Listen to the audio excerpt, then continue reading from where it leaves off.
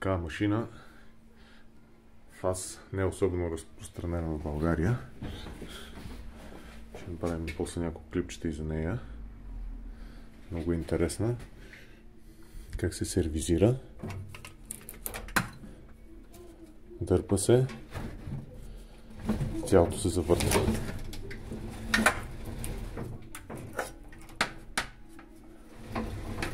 Такова нещо не сте виждали. И ето тук отзад имате достъп.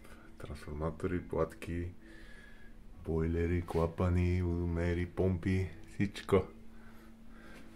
ФАС Перла се води. Има някакъв проблем, ще видим дали ще мога да го решим.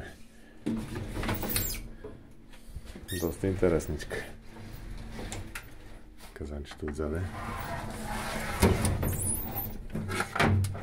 Хоп, изправяте.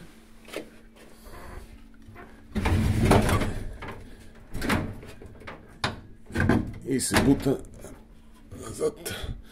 И е готова за работа. Ще ви покажа как свети отпред. Пуснем. Хоп. Ето какво става. Бутони светят. Кофи.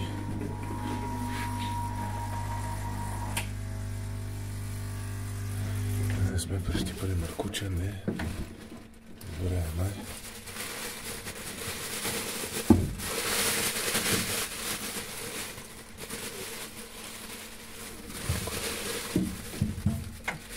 Да се прегъва. И готово за употреба. Виждате точна сума.